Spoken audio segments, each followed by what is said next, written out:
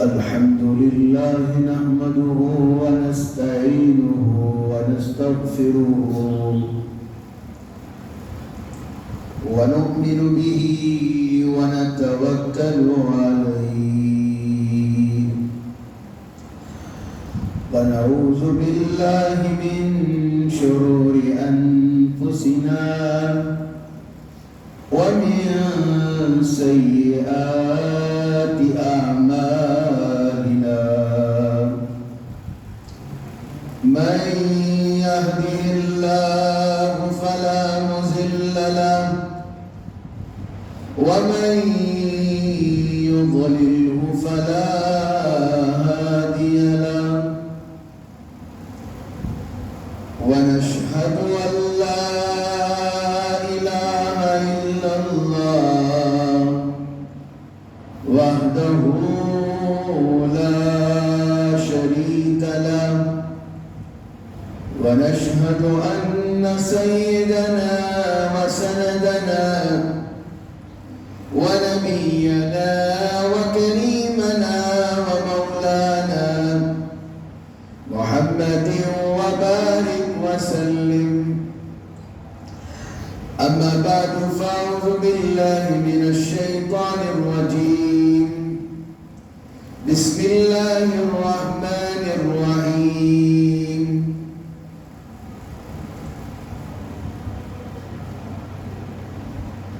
إنا أعطيناك الكوثر فصل لربك وانحر إن شانئك هو الأبتر. صدق الله العلي العظيم. وقال النبي عليه الصلاة والسلام إن من البيان لسحرا أو كما قال عليه الصلاة والتسليم. قال رب اشرح لي صدري ويسر لي أمري واحلل عقدة من لساني يفقهوا قولي. اللهم صل على محمد في أول كلامنا. اللهم صل على محمد في أوسط كلامنا. اللهم صل على محمد في آخر كلامنا. محترم عزیز بزرگوں اور دوستوں، خدا پاک کا بڑا ہی کرم و احسان ہے کہ اللہ نے ہمیں عزت والی اور عظمت والی زندگی عطا فرمائی. ساری دنیا کے ماحول کے اندر ساری دنیا ایک طرف ہو جائے اور اللہ کی طاقت ایک طرف ہو جائے، کوئی اللہ کی طاقت کا، کوئی اللہ کا مقابلہ نہیں کر سکتا. دن بدن ظلم بڑھتا ہی جا رہا ہے، دن بدن حالات بدلتے ہی جا رہے ہیں، دن بدن انسانیت کا رحم ان کے دلوں سے ختم ہوتا جا رہا ہے اور ظلم اور انانیت اور کینہ، حسد، بغض بڑھتا ہی جا رہا ہے.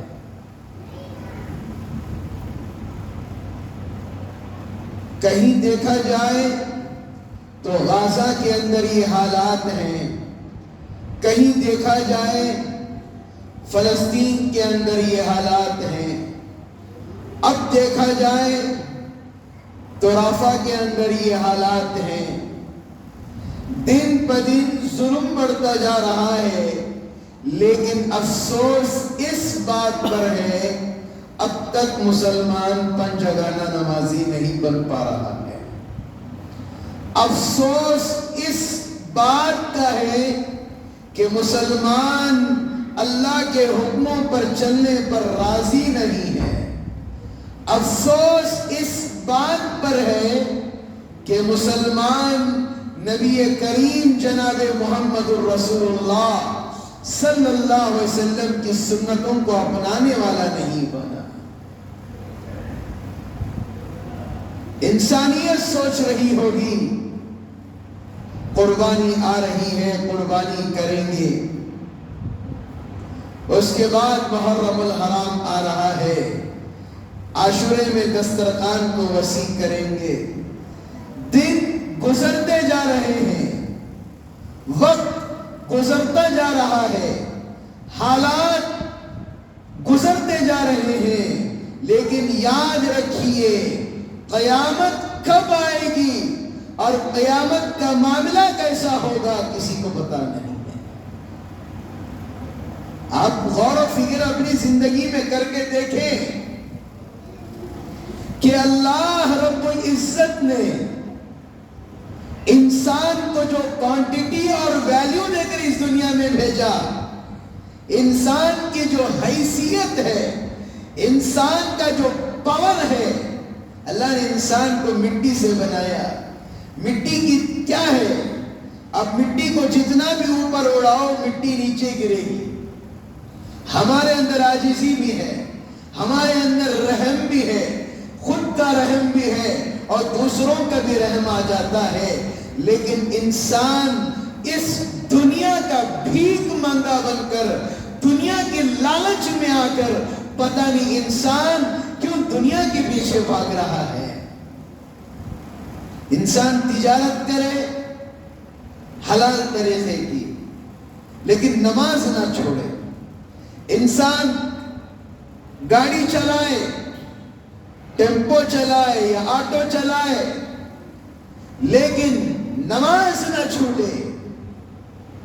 انسان کی زندگی کے اندر جو کرنا ہے کرے۔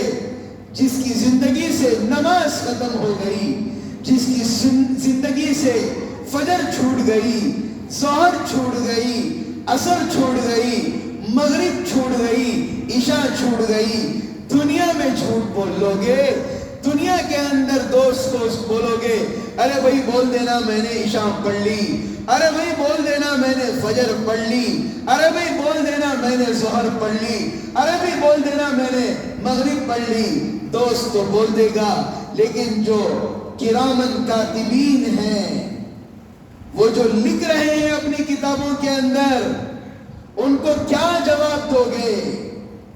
جو قبر کے فرشتے منکر نکیر آ کر ہمارے سے سوال کریں گے، ان کو کیا جواب دو گے؟ ہے ہمارے پاس اس سوال کا جواب؟ لوگ سوچ رہے ہیں من ربک، فرشتہ پوچھے گا اگر قبر کے اندر اٹھا کر، تیرا رب کون ہے؟ تیرا دین کیا ہے؟ تیرا نبی کون ہے؟ دنیا میں کہنا آسان ہے، دنیا میں کہنا ہر چیز آسان ہو جاتی ہے۔ اب میں کہہ رہا ہوں میرا رب اللہ ہے، میرا دین اسلام ہے، اور میرا نبی محمد الرسول اللہ صلی اللہ علیہ وسلم ہے۔ کہنا آسان ہے، انسان جو محنت پڑھ کے جس لائن میں لگ کر مرے گا، اللہ تعالیٰ اس کو وہی بولنے کی طاقت دیں گے۔ یہ ہم نہیں بولیں گے، ہماری روح بولے گی۔ ہماری جسم کے لیے ہم غذا کھاتے ہیں، کھاتے نہیں کھاتے، غذا کھاتے ہیں، روٹی کھاتے ہیں، چاول کھاتے ہیں، گوشت کھاتے ہیں، مرغ مسلم کھاتے ہیں، لیکن روح کی غذا وہ نماز ہے، روح کی غذا وہ ذکر ہے۔ ہماری روح جتنی طاقتور ہوگی، ہماری روح جتنا پاورفل ہوگی، خدا کی عزت و جلالت کی قسم ہمارا کوئی بال باکا نہیں کر سکتا۔ آج مومن کے اندر تقوی بہت زیادہ ہے، مومن کے اندر تقوی بہت زیادہ ہے، ایمانی قوت بہت زیادہ ہے، لیکن ایک چیز کی بنیاد پر وہ اپنے آپ کو بھول جاتا ہے. جب اذان ہوتی ہے اس سے پہلے بڑی بڑی باتیں کرتا ہے کہ نماز پڑھو، روزہ رکھو. یہ نبی نے فرمایا، یہ آقا نے فرمایا، جب اذان ہوتی ہے اس کا ایمان ایسا ہو جاتا ہے نماز کو لے کر آنے والا نہیں بنتا. کیا جمعہ سے جمعہ پڑھ لینے کو ہم بڑا کام سمجھتے ہیں؟ کیا دن میں یا ہفتے میں ایک مرتبہ کھانا کھا لیے کیا ہماری ضرورت پوری ہو جائے گی؟ کیا ایک وقت دن میں پانی پی لینے سے 2 لیٹر کا کیا ہماری پیاس بجھ جائے گی؟ وقت اور ضرورت کے لحاظ سے ہمیں ٹائم بہ ٹائم کھانا پڑتا ہے. اسی طرح ہماری غذا جو ہے وہ نماز ہے. میرے عزیزوں، نماز چھوڑو گے اور دعا کو بھلا دو گے، خدا کی عزت و جلالت کی قسم کوئی ہمارا بال باقا نہیں کرے گا.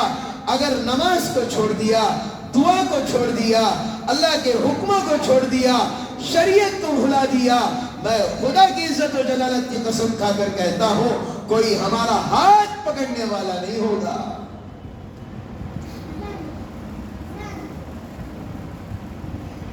اب ایک صاحب سے ہم نے پوچھا، غور کرنے کی بات ہے، کیوں ہمارے عقیدے خراب ہو رہے ہیں؟ میں نے کہا، انہوں نے آ کر مجھ سے پوچھا، حضرت قربانی میں کیا کیا چیز دے سکتے ہیں؟ میں نے کہا کہ یہ چیز قربانی میں آپ دے سکتے ہیں. میں نے کہا کہ آپ قربانی کا جانور لے رہے ہیں؟ انہوں نے کہا تھا جی ہاں ہم لے رہے ہیں. اور وہ آخری میں بات کہتے ہیں، حکومت کے جانب سے جو فیصلہ ہوگا اس کے بعد جانور لیں گے. اللہ پر یقین نہیں ہے، حکومت پر زیادہ یقین ہے. غور کرنے کی بات ہے ہماری زندگی میں. غور کر کے دیکھیے اپنی زندگی کے اندر حضرت ابراہیم علیہ السلام کی قربانی، ان کی زندگی کو ہم اپنی زندگی میں پیشہ کرنے جا رہے ہیں. لیکن افسوس اس بات کا ہے ہمارا یقین لوگوں سے ہو گیا ہے، ہمارا تعلق لوگوں سے ہو گیا ہے. اگر انسان بیمار پڑتا ہے ڈاکٹر کے حوالے ہوتا ہے، انسان بیمار پڑتا ہے فوراً ڈاکٹر یاد آ جاتا ہے، کوئی قرض چاہیے دوست یاد آتا ہے، کوئی بیماری آ گئی فلاں ڈاکٹر کے پاس جاؤ. کوئی کسی کے زبان سے نہیں نکلتا کہ کاش بھائی 2 رکعت نماز پڑھ کو اللہ سے مانگو اس کے بعد جاؤ گھر. ہر کوئی، اور آخری میں اللہ ہی پر، آخری میں اگر وہ مر گیا، اگر وہ ہاسپٹل کا ہو گیا اور پوری زندگی بیڈ کے حوالے ہو گیا، اللہ کے اوپر تانے لگاتے ہیں، کیا اللہ اسی کو مصیبت دینا تھا، کیا اللہ اسی کو کرنا تھا. غور کر کے دیکھیے اپنی زندگی کو یوں ہی مت گزار کر چلے جائیے کہ لوگ آپ کو تانے مارے، لوگ آپ کے اوپر انگلیاں اٹھائیں، لوگ آپ کو یہ نہ کہیں کہ دیکھو یہ مر گیا کتنا اچھا ہے، میری زندگی کے لیے سکون ہے، یہ مر گیا، یہ چلا گیا. کوئی 3 باتیں یاد رکھیے میری. اگر یہ 3 لوگ گواہی دے دیں، اگر یہ 3 لوگ کسی کے مرنے کے بعد گواہی دے دیں اور یہ کہہ دیں یہ اچھا آدمی تھا، وہ ولی بن کر مرا ہے. سب سے پہلے اس کی ماں کہے، جب اس کا جنازہ اٹھ کر جائے تو پیچھے سے ماں کہے یا دل میں کہے یا زبان سے کہے کہ میرے بیٹے نے میرا حق ادا کیا اور میرے بیٹے نے کبھی مجھے ناراض نہیں کیا، تو وہ ولی بن کر مرا ہے.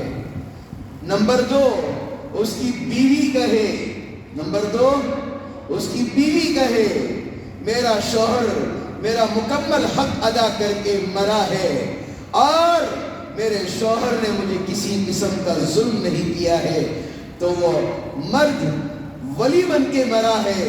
اور تیسرے نمبر پر آپ سوچ سکتے ہیں نہ دادا آتا ہے نہ دادی آتی ہے نہ چاچا آتا ہے نہ چاچی آتی ہے. تیسرے نمبر پر علاقے کے لوگ شہر کے لوگ آتے ہیں. اگر وہ یہ کہیں بھائی یہ تو نمازی آدمی تھا, یہ تو اللہ والا آدمی تھا, یہ لوگ اسے تھوکتے تھے, لوگ اسے گالیاں بکتے تھے, لیکن یہ سب کے ساتھ محبت سے بات چیت کرتا تھا, یہ سب کے ساتھ محبت سے رہتا تھا. اگر یہ تیسرے نمبر والے بھی کہہ دیے تو آپ کا جنتی ہونا یقینی ہے. ذرا 2 منٹ کے لیے 1 منٹ کے اندر آپ ذرا سوچ کر دیکھیے, کوئی ہے میرے اور آپ کے حق میں ایسا بولنے والا؟ کوئی ہے ہمارے حق میں بولنے والا؟ خوشی کے اندر ہزاروں کروڑوں لوگ آ جائیں گے, لیکن غم میں آپ کے ساتھ دینے کے لیے کوئی نہیں آئے گا. ایک واقعہ سناتا ہوں, ذرا اس واقعے پر غور کرنا. اللہ کے رسول جناب محمد رسول اللہ صلی اللہ علیہ وسلم روزانہ عصر کی نماز کے بعد, ازواج مطہرات 11 تھیں, اور عصر کی نماز کے بعد اللہ کے رسول صلی اللہ علیہ وسلم 5-5 منٹ یا 7-7 منٹ اپنی بیویوں کو وقت دیا کرتے تھے. مکمل حق تو ادا کیا, لیکن عصر کے بعد اپنی بیویوں سے بات چیت کرنے کے لیے جایا کرتے تھے. ہر زمانے کے اندر عورتوں کا لگتا ہی ہے. ایک مرتبہ اللہ کے رسول جناب محمد رسول اللہ صلی اللہ علیہ وسلم ایک بیوی کے یہاں زیادہ ٹہر گئے, تو مسئلہ زیادہ لمبا ہو گیا. عورتوں کے اندر بات چیت ہونے لگی. ہمیں وقت اتنا دیا جا رہا ہے, ان کو اتنا وقت دیا جا رہا ہے. تو اللہ کے رسول صلی اللہ علیہ وسلم کو پتہ نہیں چلا. آپ سب کے پاس گئے اور مسجد نبوی میں عبادت کرنے کے لیے چلے گئے. میں گھروں کا قصہ بتا رہا ہوں, اس بات کا خلاصہ بھی کروں گا, اپنے ذہنوں میں بات رکھیے. قرآن پاک کی آیت نازل ہوئی اور بیویوں سے کہا گیا اپنے شوہر سے معافی مانگو. اپنے شوہر سے, نبی نہیں کہا, اپنے شوہر سے معافی مانگو, اس لیے کہ اگر تمہارا شوہر ناراض ہے تو تم سیدھا جہنم میں چلے جاؤ. سمجھ میں آ رہی ہے بات؟ میں عورتوں سے کہنا چاہتا ہوں اپنے شوہر کی عزت کیا کرو, اور جو تمہاری مقدر کے اندر ہے, جو تمہاری حیثیت کے اندر ہے, اتنا ہی مل کر رہے گا. پڑوس میں مت دیکھنا, اوپر مت دیکھنا, دائیں مت دیکھنا, باہر جائیں گے تو روڈوں کی طرف مت دیکھنا کہ ان کی زندگی کیسی ہے, اس جیسی زندگی میری کیوں نہیں ہے, ان کی زندگی کیسی ہے, اس جیسی زندگی میری کیوں نہیں ہے. اللہ کا شکر مناؤ ہر حال میں. ہم تو آرام سے کھاتے ہیں, آرام سے پی رہے ہیں, آرام سے تجارت کر رہے ہیں. رافع کی حالت کیا ہے؟ جا کر دیکھو. دعائیں مانگ رہے ہیں, نہیں مانگ رہے ہیں. ایک کلپ ہم نے دیکھا کہ ایک باپ اپنی بچی کو کھلا رہا تھا, اچانک سے وہاں پر بمباری ہوتی ہے. جس بچی کو کھلا کر زمین پر کھڑا کیا تھا, جب دوبارہ اس بچی کو اٹھاتا ہے اس کا سر ہی نہیں نظر آتا ہے. اگر ہمارے ساتھ ایسا ہو تو کیا ہوگا؟ خلاصے کی بات میں تمام سے سنانا چاہتا ہوں. اسکولوں کے ایڈمیشن شروع ہو گئے ہیں, اسکولوں کے ایڈمیشن شروع ہو گئے ہیں. دینی اسکول میں ڈالنا, جہاں پر قرآن ہے وہاں پر بچوں کو ڈالنا, جہاں پر نماز ہے وہاں پر بچوں کو ڈالنا. اگر یوگا کرانے والی اسکولوں میں ڈالو گے, اگر یوگا کی اسکولوں میں ڈالو گے, چرچوں کی اسکولوں میں ڈالو گے کچھ نہیں ہوگا، پڑھائی تو اچھی مل جائے گی، آپ کے بچوں کا ایمان ختم ہو جائے گا، آپ کے بچوں کا ایمان ختم ہو جائے گا۔ دینی اسکولوں میں ڈالو، میں آپ سے ہاتھ جوڑ کر درخواست کرتا ہوں، دینی اسکولوں میں آپ کے بچوں کا داخلہ کرو تاکہ دنیا کا بھی علم حاصل کرے اور آخرت کا علم بھی حاصل کرے۔ آپ ڈال رہے ہو اسکولوں کے اندر اور پروگراموں میں آپ کی بچی مدرسے کو حجاب پہن کر آ رہی ہے، نقاب پہن کر آ رہی ہے، قرآن پڑھ رہی ہے، حدیث پڑھ رہی ہے، کسی کے گھر میں اجتماع میں جا کر تعلیم کر رہی ہے، 6 صفات کا مذاکرہ کر رہی ہے، کوئی ماں کر رہی ہے اور اس کی بیٹی کو پروگرام کے اندر ان اسکولوں میں نچایا جاتا ہے۔ ہم تو پڑھائی کی صورت دے کر بچوں کا داخلہ کراتے ہیں، لیکن یہودی لوگ، عیسائی لوگ، نصرانی لوگ جو بچے ان کے ساتھ کرتے ہیں، اللہ کے لیے میں تمام محلے والوں سے درخواست کروں گا کہ دینی اسکولوں میں اپنے بچوں کا داخلہ کراؤ۔ یہ مت دیکھو کہ یہ اسکول میں یہ ہے، یہ کوانٹٹی ہے، ایسا ہے۔ کوانٹٹی تو چند دن کی کوانٹٹی ہے، چند دن کا مزہ ہے، لیکن ہمارے بوڑھے ہو جانے کے بعد کیا آپ کو پتا ہے کہ ہمارے بچے ہمارے خدمت گزار بنیں گے؟ کیا ہمارا بچہ ہمارے بیمار ہونے پر کہے گا جی ابا جان ضرور ہم آپ کی خدمت کریں گے، ضرور میں دوائیں لے کر آؤں گا؟ عیسائی اسکولوں میں ڈالو گے، اب سے نہیں علماء کہہ رہے، زمانے سے علماء کہہ رہے ہیں کہ میں اللہ کے لیے میں سب سے درخواست کروں گا۔ پچھلے سال بھی کہا تھا، لوگوں نے میری بات کو ٹال دیا تھا، ایجوکیشن چاہیے کیا جی ایجوکیشن؟ مسلمان اسکولوں میں ایجوکیشن نہیں ہے، مر گیا ہے کیا؟ نہیں ہوا، تعلیم اچھی نہیں ہوتی۔ آپ کی بچیوں کو نہیں بولنا چاہیے، اسکرٹ میں بلایا جاتا ہے، کیا آپ کا ایمان گوارا کرے گا؟ آپ کا بچہ بڑا ہو گیا ہے، اس کو چٹی میں اسکول کو بلایا جا رہا ہے، آپ کا ایمان گوارا کرے گا؟ آپ کا بچہ تو مدرسے کے اندر 5 وقت کی نماز 40 دن کے اندر پڑھ کر انعام لے کر جا رہا ہے، لیکن اسکول کے اندر آدھی چٹی پہن کر جا رہا ہے۔ اور فیوچر میں کیا سوچے گا؟ یہی سوچے گا شاید یہی میری اصل زندگی ہے۔ اسکول میں یہی سکھایا جائے گا کہ جیسس ہی ان کا سب کچھ ہے، یہ سب کچھ ہے، اور ہم آ کر اپنے گھر میں بولیں گے نہیں بیٹا قرآن پڑھنا، نماز پڑھنا۔ بچہ کنفیوز نہیں ہوگا تو کیا ہوگا؟ ذرا میری بات پر غور کرے، اپنے سینوں پر ہاتھ رکھ کر غور کرے میرے عزیزوں، میں کوئی مذاق کی بات نہیں کر رہا ہوں۔ اشرفیہ اسکول ہے، ہماری اردو اسکول ہے، بہت ساری چھوٹی چھوٹی اسکولیں ہیں۔ ایجوکیشن بچہ محنت پڑھے تو کہیں سے بھی مل جائے گا، محنت کرے تو کیا حاصل نہیں ہوتا آج کے زمانے میں۔ جسے کچھ لکھنا پڑھنا نہیں آتا وہ ہمارا حاکم بن کر بیٹھا ہے، لیکن کیا ہم محنت پڑھیں گے تو ہمارے پاس کچھ حاصل نہیں ہو سکتا؟ ذرا غور کریں میرے نوجوانوں، میں پیرنٹ سے درخواست کروں گا اللہ کے لیے اپنی بچوں کی تربیت کریں۔ بچیاں سننے میں آیا کہ اپنے ماں باپ کو جواب دینا شروع کر دیے ہیں، یہ کس کا لاپرواہی کا نتیجہ ہے؟ کہ ماں باپ کی لاپرواہی کا نتیجہ ہے۔ بچے جب ماں باپ کو ہاتھ اٹھا کر بات کرتے ہیں، یہ سب سے بڑی ماں باپ کی کوتاہی کی نشانی۔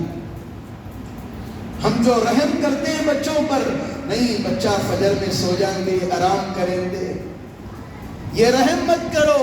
اگر تم اب رحم کرو گے بعد میں پچھتاؤ گے۔ میں بڑے دل کی گہرائیوں سے دکھ کے ساتھ مجھے کہنا پڑ رہا ہے، میں محلے والوں سے درخواست کروں گا اللہ کے لیے اپنے بچوں کی صحیح تربیت فرمائیں، صحیح تربیت فرمائیں۔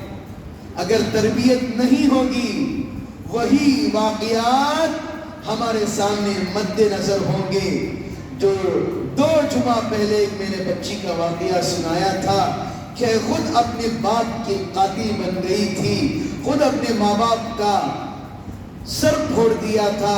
حالات بہت خراب چل رہے ہیں۔ آج کل کے نوجوانوں کو بات بری لگے، کڑوی سمجھ کر، دوا سمجھ کر پی لو۔ نوجوانوں، آپ کو نوجوانوں کو کیا چاہیے؟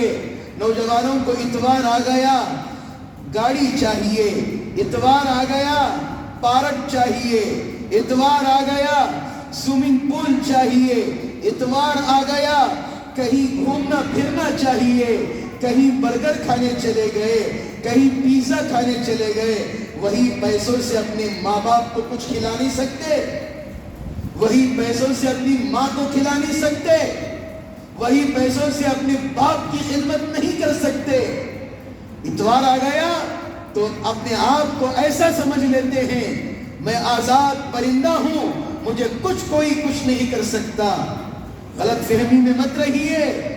جیسے اپنے ماں باپ کے ساتھ اپنی زندگی گزارو گے، جب تم باپ بنو گے تمہارے بچے بھی تمہارے ساتھ ایسا ہی کریں گے۔ چھوڑو غفلت کی زندگی، چھوڑو میرے نوجوانوں، غفلت کی زندگی چھوڑو۔ جس زندگی کے اندر کچھ حاصل نہیں ہوتا، جس زندگی کے اندر اللہ کے عذاب کے علاوہ کچھ حاصل نہیں ہوتا، اس زندگی کو مت اپناؤ۔ میں آپ سے درخواست کر رہا ہوں، جوانی اللہ کی بہت بڑی نعمت ہے۔ اگر جوانی چلے گئی، یاد رکھیے بڑھاپے کے 70 سجدے، جوانی کا 1 سجدہ۔ غفلت میں زندگی مت گزاریے، اپنے ماں باپ کی خدمت گزار بنیے، اپنے ماں باپ کی خدمت گزار بنیے اور اپنی زندگی کو اللہ کے گھر میں لانے کی کوشش کیجئے۔ زندگیاں آج کیسے گزر رہی ہیں، انسان کہیں روڈ پر مر جا رہا ہے، کہیں راستے میں چلتے چلتے مر جا رہا ہے، کہیں آدمی اس ٹینشن میں جا رہا ہے کہ کل میں گھومنے جاؤں گا، میں یہاں پر کروں گا، 2 منٹ پہلے اس کی موت ہو گئی۔ نوجوانوں، میری آپ سے ادباً درخواست ہے، اتوار کا دن اور ایسے دن جو چھٹی کے دن آتے ہیں، اب گھومنے جائیے، منع نہیں ہے، لیکن بے حیائی سے بچیے، بے حیائی سے بچیے میرے نوجوانوں۔ اور محلے کے حالات بھی دن بہ دن خراب ہوتے جا رہے ہیں۔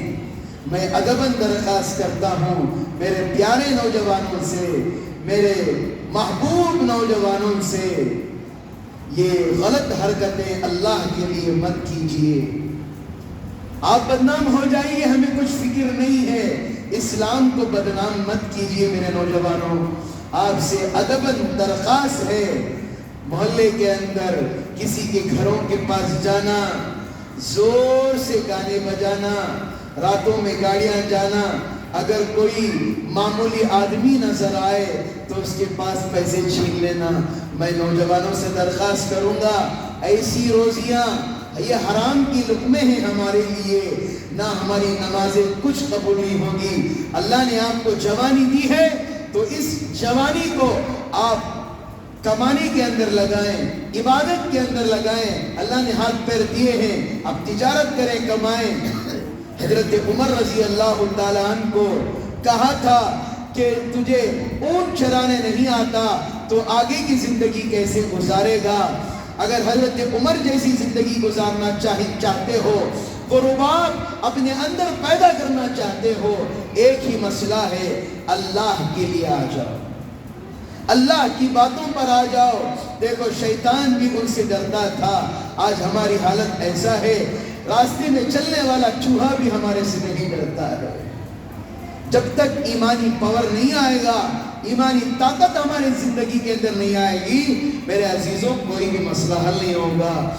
بس ہم یہی چاہتے ہیں اللہ ہمارے علاقے کے حالات کو درست فرمائے، اللہ امن کے فیصلے فرمائے۔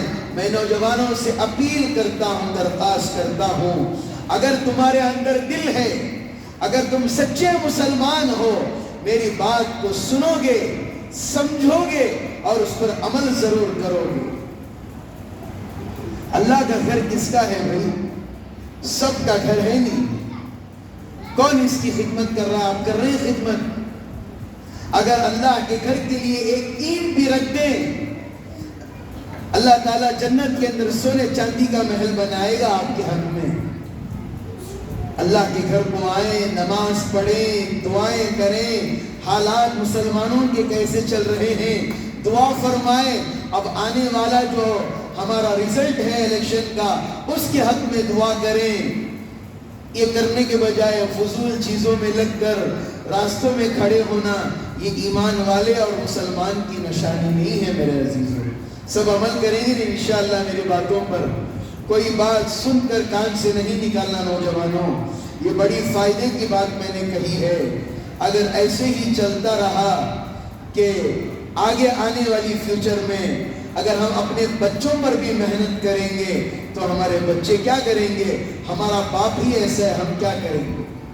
اسی لیے میں ادباً درخواست کرتا ہوں، اللہ پاک سے دعا ہے اللہ تعالی ہم تمام کو ان کہی ہوئی باتوں پر اللہ عمل کی توفیق عطا فرمائے۔